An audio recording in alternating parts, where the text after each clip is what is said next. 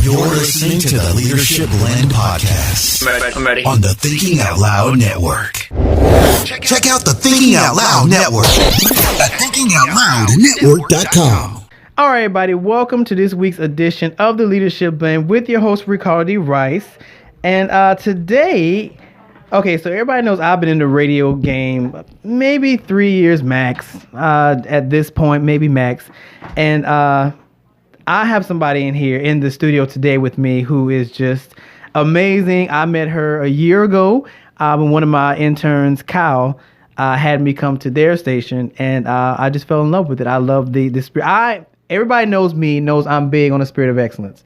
So when I see it, I connect with it, and I want to have it in my circle. So when I met this young lady, I was floored with the way that she does things, and we stayed in touch. And we were talking, and I was like, I think you should be on the show. And, when you own a station, you're just kind of like, yeah, I'm used to being in the back, and, I don't really know. And I was like, no, I've given you enough time. So you're coming on the show today because everybody should know what you do, who you are, and all that good stuff. So without further ado, I'm going to let her introduce herself. So tell everybody your name and what you do. Good afternoon. My name is Pennye Rogers, and I am CEO of the WCEG Network, where we speak life into the community. It's like when you said that. See, your whole era just shifted. See, you good. Your whole era just shifted. You good. You ready to rock and roll. So tell us about your background. Well, I left corporate America. Oh, gosh, I'm going to tell my age, but I left corporate America in 1989, and I haven't looked back since. What were you doing in corporate America? I worked for a privately owned computer company, Quotron Systems, which supplied the financial data from the stock market from New York, Wall Street, to clients here in the southeastern region, such as your Dean Witter, your Merrill Lynch's, and some of the other Lehman Brothers, just some of the major stock market exchange. That sounds like a real job. Like, that sounds like something serious. It sounded like you were making a lot of money. Like that's what it sounds like. Pretty good. Yeah. it sounds like you were making a lot of money. That's what it sounds like. Well, yes, I was a computer operator for the southeastern region, the entire southeastern region, which covered the Georgia, Carolinas, and Florida, and all of the brokers who were our clients. We made sure that their tickers and all of their stock market information from Wall Street was able to be received on their computers. It was just before I'm telling my age, it was just before the personal computers I'm hit about the to say, scene. This is 1989, we were still using IBM computers. Right, the big mainframe computers. Yeah, the desktops. The PCs were not even. Yeah, I don't think were we even at AOL yet? Were we at AOL with the little running? I don't know. We were at AOL or not. The analog. It was not. It was the dial in. It was the dial. Oh God, let me stop. But yes. That's pretty interesting. But I was a computer operator where I was first level troubleshooting and making sure that if the tickers were not on our clients' computers, I had to start finding out what was going on within the computer center before we dispatched an engineer to go out to their site to either change out their hardware. So you were like a troubleshooter? Well, I made sure that I was first level troubleshooter, but I was the computer center operator where I ensured that everything was up and running and functioning at all times via computer. So you kind of have a background in tinkering with things to figure out how they work and don't work. Well, when it comes to the logic of the computer, now I wasn't a hardware person, but in terms of the wiring and making sure that everything is connected to the mainframes and make sure that everything comes out on your computer, on your desktop. But I took care of everything software-wise. Everything. So I had background with computer software, computer language, programming computers. It was basic, Fortran, RPG during that time, but now, it went up to Unix and some of the other computer languages now that they use for software to program softwares. Okay. So, yeah, nothing to do with what we're doing now. All right, so you leave corporate America, and what is your next move? So what do you do? What made you leave, actually? What made you leave corporate America? Well, first of all, it was a blessing in disguise. I really didn't know it, but I had been working in the field for over 10 plus years, been in corporate for almost 15 years. And we had a downsizing because the City Corp bought out our private owned computer company, which it took about 5+ years for the effects to trickle down to the employees, the upper management and all that changed within the first 5 years, but we were still operating under Quotron systems. But then it took a turn after 5 years when it trickled down to the employees. So I had the option of leaving at that time. And I had already 10 years invested, so that wasn't a problem for me. But I was still young, ready to kind of still conquer the world. And so, but little did I know from there, since I was traveling a lot with the business, expense accounts, traveling different places. We built a brand new computer center up in Silver Springs, Maryland, and I had the opportunity to go up to train those new employees. What I did. But were doing it on a larger scale because they were really going to close our computer center and evolve it into this immaculate center up in Silver Springs, Maryland, kind of halfway between New York and Atlanta. And so I had the opportunity to travel and train people from LA and from different parts of the country. And from there, once we downsized, I took my severance package, but I never went back to work for anyone else again, other than my church. Well, I used to miss church a lot because I was traveling on the road, and I always wanted to give back and do something for my people, my community, and my church. So I started volunteering just to do some. We went from index cards and paperwork, and I built the first computer system in terms of our data for membership. And at that time, we had over, 5,000 plus members. Good grief. Out of their first, say maybe 15, 20 years of existence at Mount Ephraim Baptist Church. And I took the index cards and built a computer database for my church in my spare time. And I never had to look for a job. I never had to go back to corporate. And so I worked. That severance package? No, I basically kind of sort of, because it was more so of, I had a severance package. I received my unemployment compensation, and I was married. My husband had a pretty decent, wonderful job, and he carried benefits for us. So I started volunteering at my church. And after 6 months, my pastor and first lady came to me, and thank you, Dr. and Mrs. White, thank you. But they came to me and said, well, we know we can't pay you what you're worth, but we would love to have you here to work in the ministry and to continue to help us. And I went, okay, great. And I won't tell you what I was making then, but it definitely was nothing compared to corporate America, but imagine. It was just a joy that I received from being able to use my talents and skills that God had gifted me with to serve my community and serve my church. And so last year, made 31 years that I've been at Mount Ephraim Baptist Church. Really? As the executive administrator for my pastor. And I'm been branching off as a serial entrepreneur for the last 31 years. I want to keep talking about that. You're going to keep making me tell my age here. But anyway. It's your story. I mean, it's your story. But it was just a wonderful transition, and not knowing that I would never have to go to work for anyone else again. I never knew what God had in store for me. And it's been wonderful. True entrepreneurship. So how do we segue to broadcasting? Wow. Well, little did I know 31 years ago when I started working for my church and Faith Records, which was my pastor and Mrs. White's record label for gospel for the church. And my pastor is an avid singer, preacher, and we would take the cassettes at that time. I don't know if you know what a cassette is, okay? Okay, look, I'm 40. Okay. I know, yes. I'm fully aware. So we even had albums during that time, too. What, vinyls? Albums? Yes. And I would represent my church, different parts of the country for the Gospel Music Workshop of America.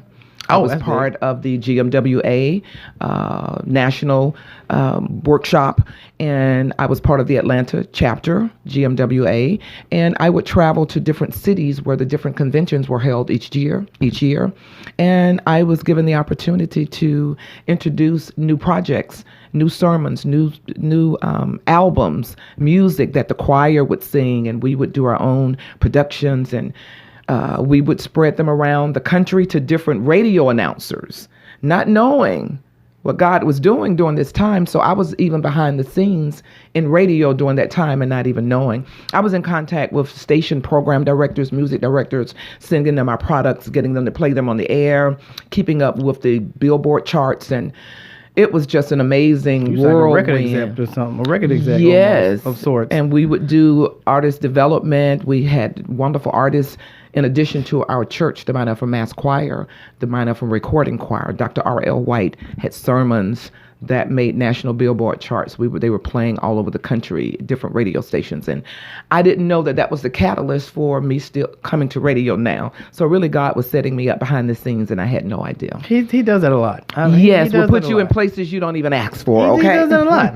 All right, so you're doing all of this, and then how do we get to your station? Okay, so after about 25 years of traveling around the country, promoting gospel music, gospel spoken word, I had the opportunity. I got a call one day to ask if I wanted to come on to a new radio station and do gospel music on Sundays. Well, like a VJ? Yeah, yes. So I was like, oh, wow. Sure, why not? Had no idea what I was going to be doing, but I remember, well, when you listen to these gospel announcers Yeah. on the air on your terrestrial radio, internet wasn't the thing during that time, 25, 30 years ago. So it was like, well, we just weren't privy to it. It wasn't something that was public. But I had the opportunity to come to an internet radio station, and it took a minute for that to develop. And while they were still trying to pull their gospel segment together, I had another entity to reach out to ask me, well, since that one hasn't kicked off, this was in 2013. Oh, okay. And I was like, why don't you want to go into partnership? And let's start our own internet radio station. And so I had the opportunity to peek inside to see if that's something that I was interested in.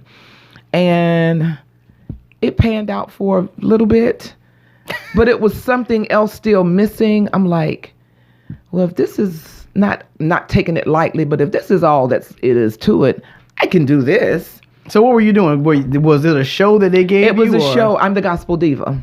And Oh, I that's would where that come came on- from. I was That's like, where where'd that she came get that from. name from? And Oh, plus, okay. I'm a preacher. I'm a minister. I should not be preach the surprised. word. And I'm going to ask you about that in a second. Why do you say that? But anyway, but no, it just developed from being, oh yeah, that's right. You are the interviewer and I'm the interviewee. Sorry, I'm remembering I'm on the other side now. But it was really just, I won't say, it was just really in the plan that I did not know God had for me. So I went from asking to be a gospel announcer. They call us radio angels. Oh. And during the day, back in the day, they were called radio angels. That we didn't like the term DJs, that was... Well, yeah, that's secular. Yeah. Right. So they considered us radio angels. And so cute. I came up, God gave me the name, the Gospel Diva. Don't know how, where it came from. But someone asked me and I said, okay, let's go with the Gospel Diva. And it took off and that's history. But I started off being asked to host a radio show for the station. They were trying to bring gospel into their fold, into the segment, into the format. Didn't have anyone, and someone recommended me, and they called me. I went, and from there, I did about a year, and then I went into another entity to help start an FM station. Oh. And yes, we started back in 2014, and I think I helped establish the station, get it up and running and working, brought people in to start doing talk radio. And from there, I think after about a year and a half, I was able to branch off into my own in 2015. And that's where I am today. Okay, so tell everybody about your station. What does your station do? What is the goal of your station? wow. What was the vision that you were given for your station? Well, the vision that I was given for the station was talk radio, because I wanted to bring something in addition to music. I wanted to do something to help us as a community, a worldwide community, not just our African American community, but that was my main focus, was to get positive talk, positive news, positive feedback, because if you turn on any other major network, you hear what's wrong. You're hearing of the negative. They have good human interests and good stories that come out of it, but the majority is, I would say 90%, is negative news. And I didn't want to be negative. I wanted to have a positive impact in the community. I wanted the station to represent, and as we say, our mantra, speaking life into the community. We provide resources. We provide information, positive information. We can talk about what's wrong briefly, but on the next level, we want to tell you how we can solve this problem, bringing issues and answers, bringing resources to the community to help us become better. So make better decisions. Having been in gospel music, because the ideology behind gospel music is it's uplifting, it's supposed to break chains, all this good stuff. So what made you decide to not just do gospel music, but to do talk radio?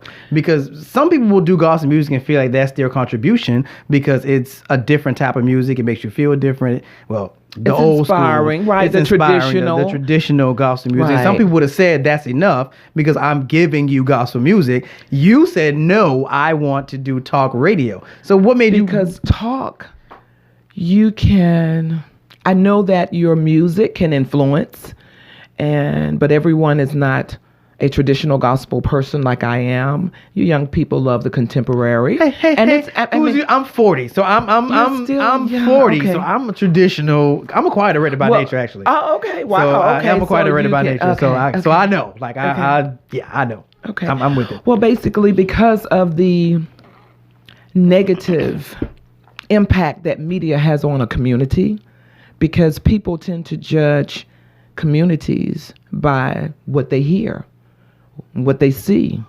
And that's why the television came into play secondly. But first of all, I just wanted to be able to address community issues, not just in the African American community, but worldwide issues, worldwide common issues that we all face, no matter what race, no matter where you live, no matter what color you are, no matter whatever it is, we all still have something in common across the board, no matter what race you are. And so the talk radio is a way to reach people of different social statuses, different income, economic backgrounds, because when you talk about subjects such as mental illness, mental wellness, education, veterans affairs, and other different types of formats, you're same across the board, no matter what your color is. We all struggle with mental illness and mental wellness.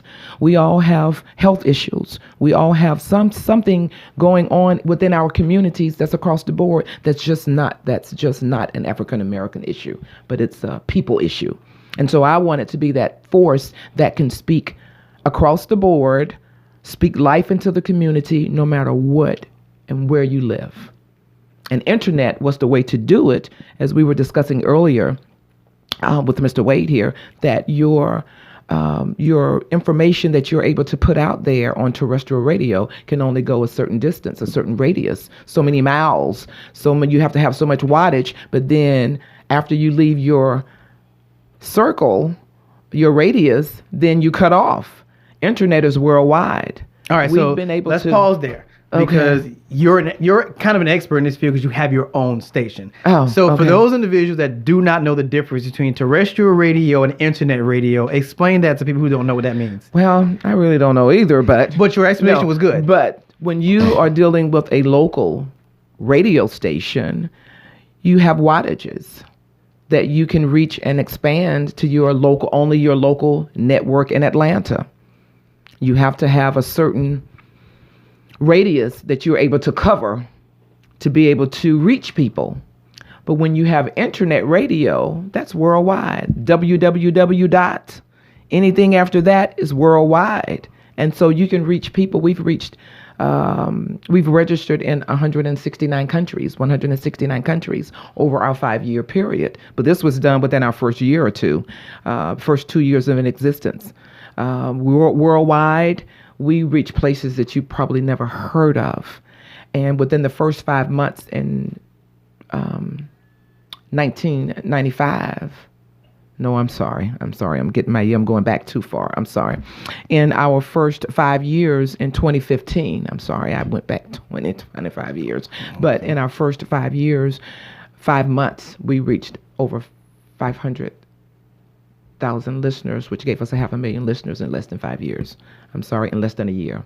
Sorry, I'm trying to get my numbers kind of turned around here. But, and then by the time I reached my first full year in May 2016, we had over 1 million listeners. And so from there, our growth really exceeded our expectations. And I'm still trying to catch up from 5 years ago to catch up to where the station just took off and God just took it to another level that I never expected so soon. All right, so let's go to the moment that you decided, okay, I can, because we all entrepreneurs typically have that moment where it's like, okay, I've been doing this for you, but I could probably do this better because I really understand how this works. And instead of fighting with you about all this stuff, I can just do it myself. When was that moment for you? Well, for me, once I started with the FM station, we put everything into place. Downtown, beautiful office space overlooking areas on Peachtree. It was real nice, but we were only within a certain radius around Metro Atlanta. The goal was to have talk and music, but my partners kind of was sticking more with the music and kind of was making talk kind of secondary, which was supposed to be our initial goal, was to be talk radio. And so I knew after about 6 months to a year, this is not going to go in the direction that I would like it. So I only was able to carry them so far to get them started. And then after that, everything was fine. I just knew that God was still speaking to me and saying, you can speak life into the community. You need to speak life into the community. And that's where we started that. I knew before the year was up that I wasn't going to stick with the terrestrial radio, nor was I going to do the music thing because, we would do gospel music on Sunday, inspirational music on Sundays. But through the week, we had 1 or 2 talk shows, but then the music was kind of being dominant. And I knew that wasn't my forte. I knew that wasn't what I was supposed to be doing. All right, so you had the moment where you're like, okay, I know that this is pretty much it. So let me get myself ready to go my way. So I hear you, but Lord, it didn't. It's kind of like you make the decision. It was something, if I had to think about it, I probably wouldn't have. That's why you have to move when you're instructed to move, and you have to do it when the timing, you can't wait on the proper time because it's never the right time. But I knew that if I did not move then, I probably wouldn't be here now. So I just had that little angel in my right ear telling me, go on, leave. You can do this. I had the other negative influence in my other ear saying, no, you can't do it. And it wasn't too many internet stations out there during that time. Or if they were, they only lasted for a few months because it takes a lot of dedication. It takes finances, and it just takes a lot of intestinal fortitude, that guts to do it. And if you don't have it, you'll fold. When things don't go right, or when people leave, or when the tables turn, or those finances get kind of low, you'll say, oh, forget this. But when you really know that you are called to do this, God will make a way for you, and you will listen and take those directions. All right, so these voices are speaking to you, and you're just like, you know what? This is my moment. It's time for me to go for it. What was the move? Finding a location. Didn't have any equipment. And I found the location first. And then I went to the, what do you call these little stores where you buy your electronics and things like that? Oh, like little electronic stores. That's the best name I can give them. I mean, well, yeah, I'm just saying. So Wait, when you... Oh, no, they were gone. I'm about to say, because we older. So I'm about to say, we talking about Radio Shack and When stuff, but right, they were phasing out during that time. So I went online. I went to Best Buy, and not giving them plugs. They're not paying me, so not gonna call too many names. But I started going to different little electronic shops, looking at equipment, soundboards. Knew nothing. Had seen them before, but I didn't know what to do with them because I was always hearing the radio, not operating a station. So I had some very dear, sweet friends, some people that I know were God sent. And they told me, Miss Pennye, you can do this. If you get this, and they told me what I needed, where to get my mics from, and my soundboards, and the different connectors, and I knew nothing about that stuff. And so, but they were experts enough to know how to set it up for me. They trained me on how to operate my own soundboard. Really? And at that time, it was only a little 8-channel soundboard. It was only 8 channels, okay? But now I'm up to a 16-channel soundboard, okay? All right, Gospel Diva. Okay, but I started with a little 8-channel soundboard, and I found some little mics, and I ordered all this little stuff, and I was just sitting there looking at it. But they put it together. Thank you, Ron. I have a wonderful friend, Ron Anthony. He's had his own radio station. He still does. WMQG. It's our sister station. Oh. And he started me off, and people that were with me show hosts that were with me from the FM station that I helped found back in I'm sorry, I keep going back to that. God, where am I going? 2013, 2014, the same individuals that told me I could do this, they came in, they set everything up. The show hosts that were with me to start the FM station, when I left, they left, and they came with me to WCEG. That tends to happen. That tends to happen.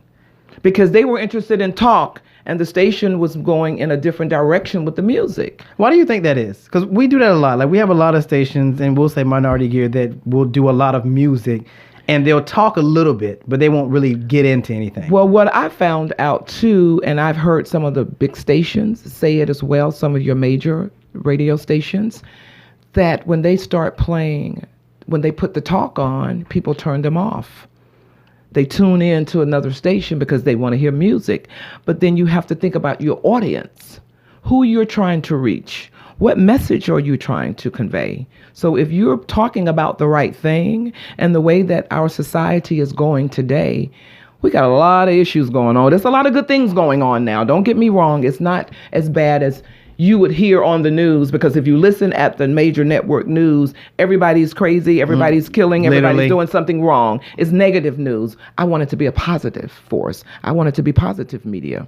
And so that, I believe, was the difference in how I was able to secure and to pick up listeners and followers around the world. 169 countries. We had to be talking about something that was good for people to want to tune in, even if you're on a different time zone. It may be morning somewhere else. It would be midnight somewhere else. It would be midday somewhere else. But the beauty of it is our shows are being archived, and you can listen to it at any time. But even when we're not talking, talk radio, we do live stream music all day. And so I still have the music entity there. So our music is streamed. Something is coming out of our dial, our station, 24/7.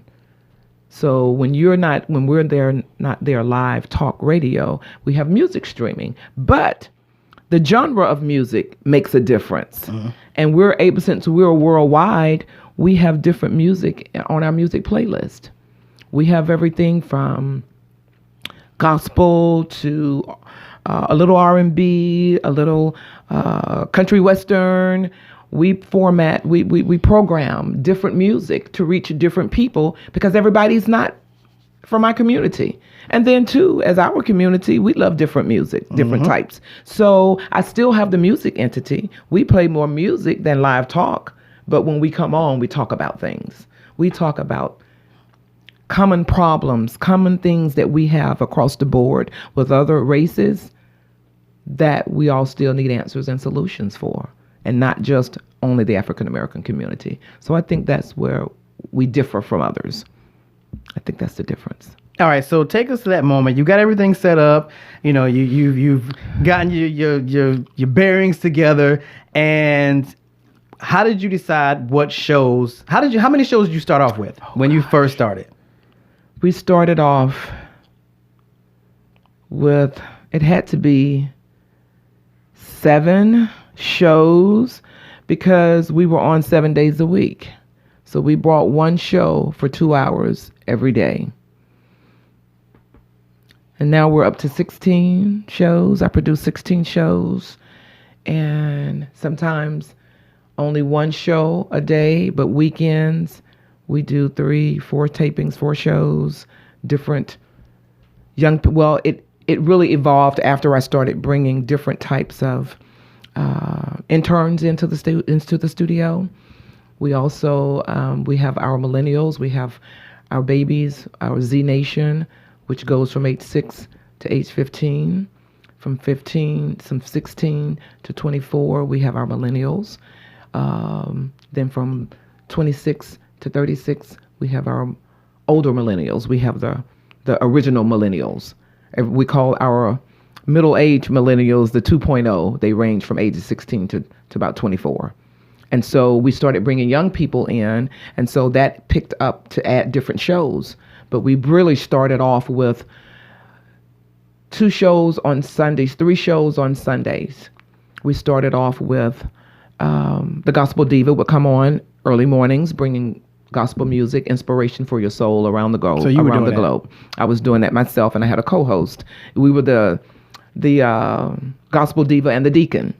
And there was another owner was a deacon at his church, and he would come on, and we would we increased that and start talking about different scriptures, incorporating that with the music, gospel music on Sundays. Then after that, we would have Divine Inspiration, which was, I had a Hispanic show host, and he would do his show, Divine Intervention, in English and in Spanish, so that we could pick up the Spanish community.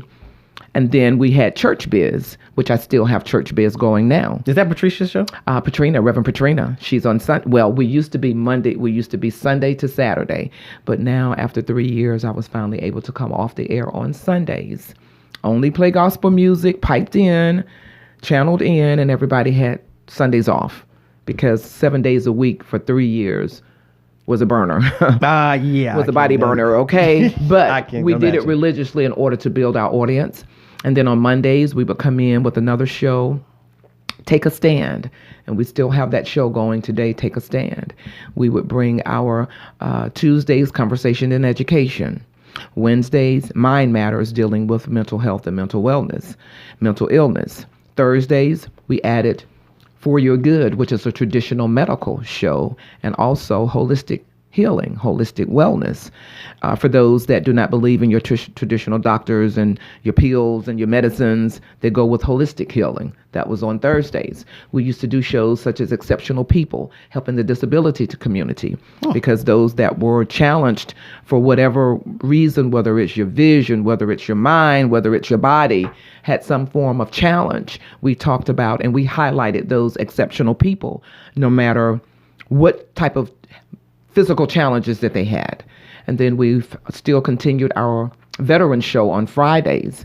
We have veterans, retired veterans that come into the studio, retired Army colonels, Air Force retirees, and they would come in and they talk about veterans' wellness, veterans' health, veterans' entitlements and benefits, different entities of the VA, of the veterans from a national level. No matter what country people were stationed in around the world, they could tune into our veterans, and it would give them information for them and their families as to entitlements and benefits. So we still carry that show right today. We also brought in immigrations attorneys because of this, and we have a crazy immigration system going on now. That's an understatement. That is an understatement. We have kids in cages. Need I say more? Right. Need I say more? We have kids in cages. And you have the dreamers, DACA and the different entities that other leadership from the national level were putting into place that some leadership is trying to take away now. But so we had the immigrations attorneys. They were coming on once a week for me when I was downtown.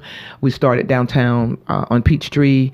They started with me at that time, and when I left, everybody just came on south when I was out by the airport and just came on in and so that's the one I came to. Continued the shows. Yes, you came to the station, our little room out at the airport. It was interesting. I was like, this is a cute little setup. I like this. This is. And it took me 4 years, but it took us 4 years before I could really and I had mixed feelings about leaving. Because I was in my comfort zone, but I knew I couldn't grow if I stayed in that spot. But it gave me my humble beginnings. We were out, you could look out over the airport, see the planes landing and taking off. We were in that little cubby hole, but we were able to build for 4 years before I spread my wings and moved out into a larger studio now that you'll be glad to see. I'm excited. I've seen some of the shows, so I'm excited. So I will be with, are we doing the 14th? Yes, I will be over. Your date is good now. On March 14th at 1 p.m., we're going to bring you into the studio and give you 2 full hours. 2 hours? Yes. You thought it was a long time. Lord. You thought it was a long time last time, but it went by fast. 2 hours? Yeah, good Lord. Okay. That's fine. What show am I on? What show am I going to be on? What are we doing? We're going to be on the Millennial Talk 2.0 again. Because you really did a lot for our young people. You are such an inspiration to be wait, what? You are a young man and you look at what you're doing. See, I could interview you here at your own studio. I feel like you're trying to too. Well, secretly, I feel like you're trying to. Well, see, what's going to happen is what happened was, but really what takes place is you can inspire even people in my age group to know that it's never too late and just because if you watched the regular news media, they will make you think all of our young people are out here gangbanging, killing, not doing anything, sagging pants. But if you really get to know our young people, absolutely, it's the opposite. You it's quite the are opposite. Wonderful. You have so many opportunities that I didn't have when I was your age. When I was coming up, between my 20s and my 40s, you pretty much. If you didn't take that leap to be an entrepreneur, you work for somebody every day, 9 to 5, and that's all you had to look forward to was retiring after 25, 30, 40 years, get a watch and, a little plaque or something, and you're shoved to the side. But even before I left corporate America, people were not looking for longevity. When you were working for other corporations, they weren't looking for people could retire from a job after 20, 30, 40 years. They started looking at what they was calling during that time headhunters, where you would hire someone, they would work 4 or 5 years, then they're gone somewhere else. They were not looking for longevity. So you were giving a lot of opportunities that we were not given during my generation, during my era. Which is funny you say that because me and my family get into this argument. Me and my parents get into this argument all the time because my dad did that. So my dad worked for a company called Westinghouse from the time I was a kid up until I was an adult. And he retired from there. So he got the benefits. But that's what he did. And he's an entrepreneur too. So he started his business in 97 and it's still been going. Oh, wow. That's wonderful. And he has a car wash, but it's like an elite car wash. So he has contracts. Okay. With DSS and all this stuff. That's what I'm talking about. So entrepreneurship runs in my family. One of my uncles owns a trailer lot with trailers. So it runs kind of in my family. But the fight we have all the time, they're kind of backing off now because they start to see the results of what I'm doing. But the fight all the time is why don't you just get a job and retire from there, because I have 4 degrees. So why don't you get a job and just with your degrees and do what you do? And I'm like, that's not what I want to do. I was like, I fell into this, but I like it and it works and I want to do this. But that's their mindset. My parents are older, so that's their mindset. Because that's what we were raised on, and this is what was handed down to us. We were told as children, you get an education, get a good job, and you retire from that job. But I knew that wasn't me. I knew it. I didn't know what it was I should be doing as a young person, but I knew in my teens when I first started working at age 15. I lied and said I was 16 so I could get a job because all my friends were working and I wanted to work. How did that work when they got your ID? Well, they weren't into it like they were now, okay? But how It did you didn't pull that hit off It didn't. when they had to do the I-9 and the W-4? How you pull? Okay, They didn't back then. This would have been in No, that's the true. That's early 70s. It wasn't really. astringent. They as it weren't is looking now. at your social security card and your driver's license. Well, I didn't have a driver's license anyway, but I had this job. All my friends were working and I wanted to work. I was 15. They were 16, 17 years old. I wanted to work. So they introduced me. They told me to come to their place of employment. It was just a little restaurant, but it was up in Buckhead, Far Road. This was back in the 70s, okay? And I look back now on it. I would ride the bus up to Buckhead through downtown, change buses, go up to Buckhead and work at the restaurant. I was a cashier at this restaurant. And what was that? Old Hickory House restaurant, probably no longer in existence. You never heard of it, but it was on Far Road in Buckhead. And I got a job at 15 running the cash register, okay? So I did this that summer because before then, during the summers, I would go to summer school because I was bored during the summer. I wanted things to do. And I used to love school. And people were like, summer school, but I was gaining quarter hours. You know, we had to have quarter hours in order to graduate. And so, but my other friends, they were working during school, like leave early, go to a job on the job program at school. But I was into the athletics. I was playing the basketball and all the other extracurricular activities after school. So I didn't want to work. I wanted to go to school, but during the summer, I started getting jobs over the summer. And it took me from there, working over the summer, into working and making money. And I'm like, oh, I like this. And Okay, so when when I graduated high school, I did my little year of college. I quit and got married. And then it took me a minute to go back to school after marriage. So that's why if you're in school, stay in school and get your education while you're there. But me, it was about earning a living because that's what it was like your parents were telling you. This is what I was told. I wasn't told that I could have my own business, but I found out through finding out my family history why I had this entrepreneur spirit in me. Why's that? Because I traced my ancestry back.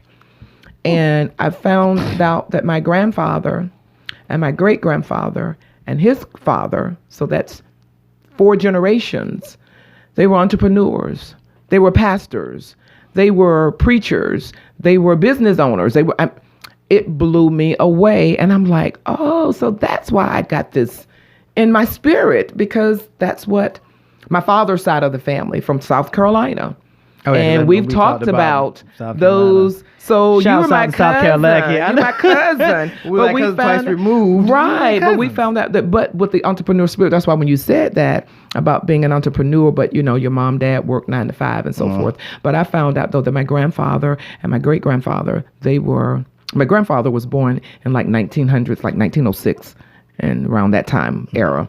And his father was born in the late 1800s going over into the 1900s.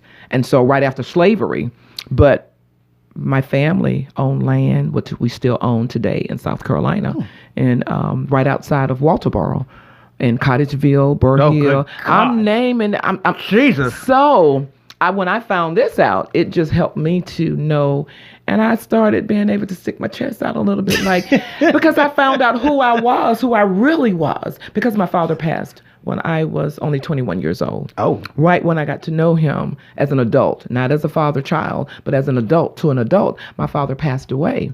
But his family was still, my grandmother had already passed, but my grandfather lived to be like in his late 80s. And so my dad's sisters, my aunts and my uncle, they were all some sort of entrepreneur. Most of them had moved to New York and started lives there, but my father's only brother, he stayed in Carolina, carried on the family farm, livestock, you know, the cattle. The fun stuff. Yeah. But I just found out though that entrepreneur spirit was inbred in me, and that's why I'm who I am today. We love it. It's just amazing. It's so amazing. It is. It's amazing. So, okay. You step out on faith. You get your equipment. The studio starts. Why you gotta straighten your hair? So tell me, you're still an African American woman who is in entrepreneurship. What was that journey like in that? Because you went from corporate America to making a lot of money to downsizing in theory to working in the church, and then from the church starting an FM station, and from starting an FM station starting your own station. So as an entrepreneur, African American woman, what was that journey like? Were people receptive? Were doors closed? No, not receptive. Even pretty much when I was in corporate America, the field that I was in, computers, it was not a woman's world either. And so you were always thought of as doing the woman's duty, doing, making the coffee, keeping the break room kind of straightened up, and sitting at the desk and doing the administrative type of duties, as opposed to, and I had thought about being an engineer, but I knew that would take another area of me going to school, more student debt, more student loans, which I'm still paying back now too. But anyway, it wasn't receptive. It wasn't received. Women were kind of still categorized to only do certain jobs and not respected. And so when you tell me I can't, I show you that I can. And that's just been my type of spirit since I can remember. You say I can't do something, I'll show you. Yeah. Watch me, okay? So when you told your friends and family that God told you to start your own station, how did that go? My family was elated. Really? Because it was, the younger family. My siblings, the older you are, the kind of like people were used to working every day for somebody else. You're helping another person make their dreams come true. When you're an entrepreneur, you make your dreams come true. And so it was mixed, but it was more receptive, and my family still supports me right today. Nice. Good deal. So what role did you decide to take to start your station? Did you go get a loan? Did you do personal investors? I wish I could get a loan. They real funny about giving us money, African Americans. I'm just going to be outright honest about it. This is your journey. So I had perfect credit, good credit. And, then if you had a 700, 750, 750 credit score, you were doing well. Yeah. But now they want 850 before they even look at you. But you can even have a perfect score. But society, the powers that be, they don't treat African Americans the way they treat other races. And I'm just going to be honest. So it took a lot of personal finances, which is still doing now. But I was for profit when I first started, but I was able to secure my nonprofit status. And so I've been operating as a community nonprofit station. But in terms of finances and coming out of pocket, no loans, I started off with a couple of partners to help with the financial responsibility. But after a while, they kind of fell off because it's something that you have to do every day. And you have to be really into it. I didn't want just somebody handing me money and say, here, you go and do this. Because, they pretty much called the shots when that happened. I wanted partners that were going to be involved to help grow the station, to help run the station. I didn't plan on running it myself. But by me being an entrepreneur and I didn't have a 9-to-5 job, they did. And they had obligations and responsibility to go to work from 9 to 5 and then give the station whatever time they had left over. But it's a full-time responsibility. Literally. So that part, it lasted for about my first couple of years. And after about the third year, they just slowly dropped off, the two partners. But I thank them, and I want to thank Dietrich and Eddie Wright today. I will never take anything from them.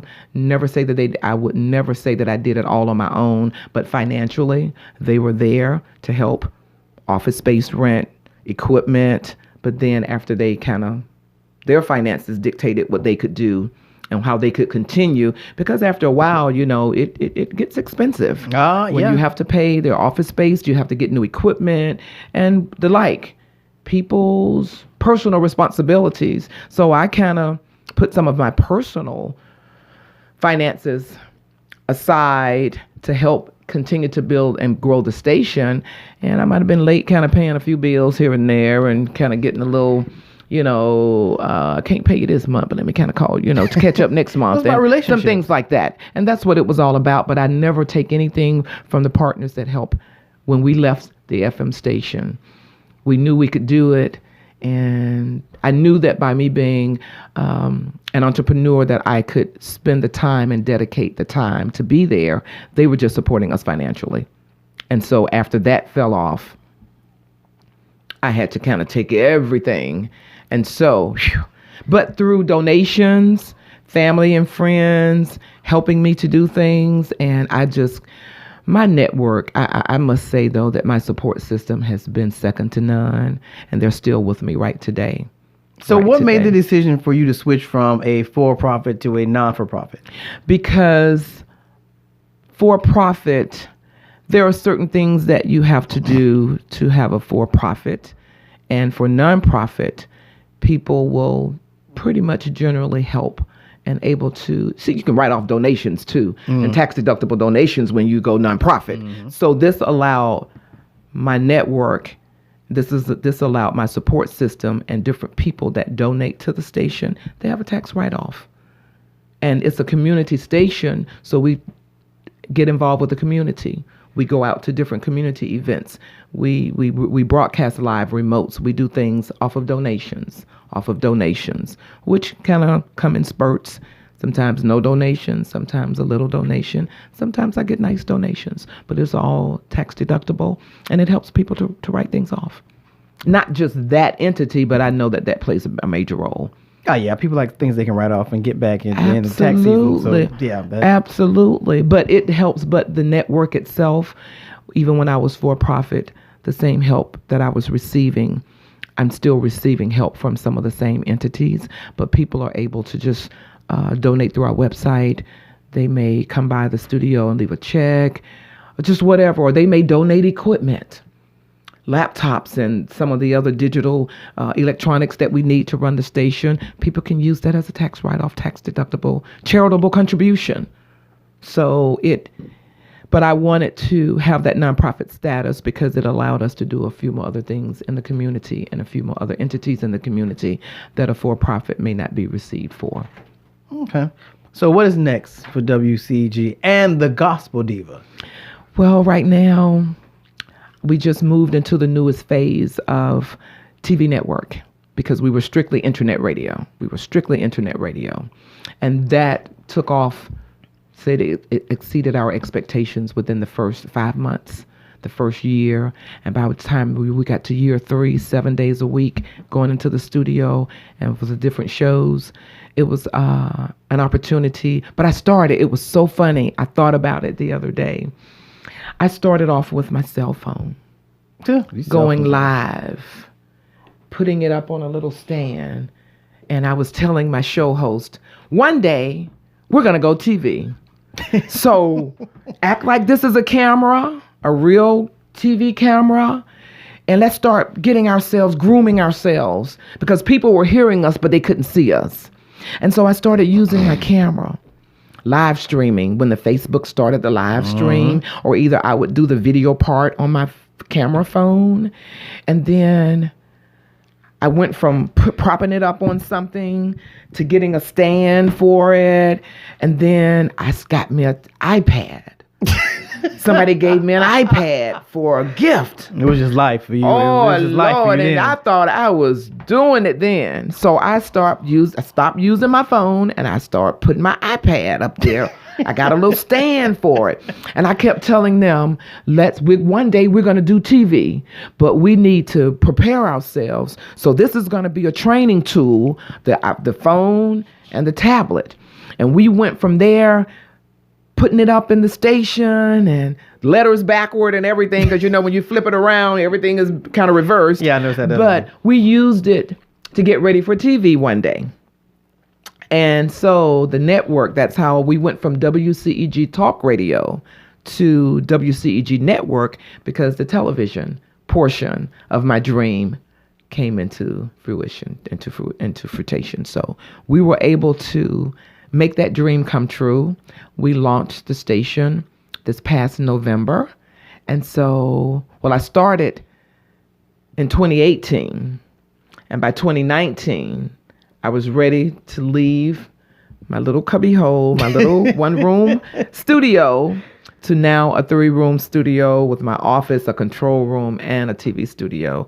And we have cameras now, and the rest is history. So from here, I would love to have my own building so that I can house my business and I want to go into the commercial real estate end so that I can bring others with their networks, with their radio, with their television.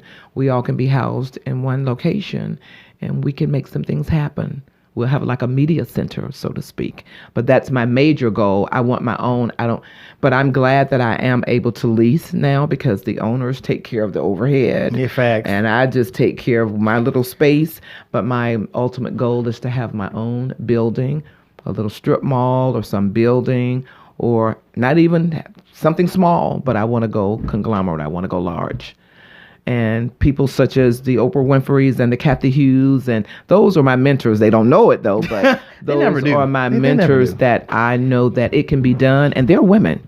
They're my role models. And I'm like, if they can do it, this sister right here can do it too. So I'm on my way. Absolutely. I'm ecstatic. I can't wait to see the new studio on the 14th. Okay, great. It's going to be exciting. It's going to be exciting. It is. So how do people get in touch with you? You can watch us. You can listen to us.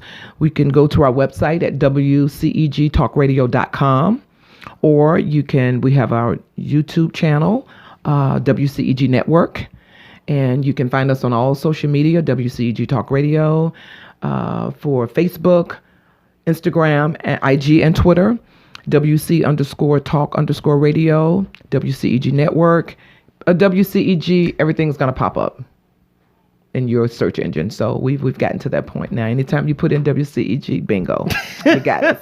But our website as well as our YouTube channel, yes. All right, everybody. So we are out of time. So wow. Okay. So I told you to fly by. Look, I know what I'm doing. I see. You're an expert. You're an expert. Just fly by. Thank you for teaching, for training me. Thankful to have you on the show. It's 2 hours already? No, we do the hour. Oh, okay. I just wanted to make sure. We do the hour. Oh, okay. You still got to do TV.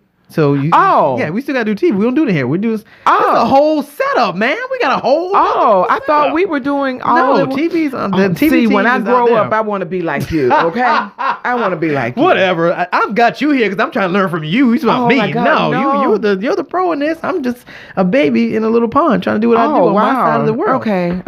All right, so we're gonna head on out. So we will see you guys on next Monday. I believe next Monday's guest. Oh, we're getting spiritual next week. So Dr. LaTanya Powers is going to be with us next week, and she's going to bring the house down. She's doing my spiritual show for the month. So we're going to be excited about that because she is an amazing woman of God. But we're going to leave. Thanks again to Mrs. Pennye Rogers for coming in, sitting into the studio with me with her very busy schedule, running her very amazing studio and organization and network. Don't believe a word he says, okay? And we will see you guys on next Monday, same time, same place on The Leadership Blend with your host, Ricardo D. Rice. You're listening to the Leadership Blend podcast. I'm ready. On the Thinking Out Loud Network. Check out the Thinking Out Loud Network at thinkingoutloudnetwork.com.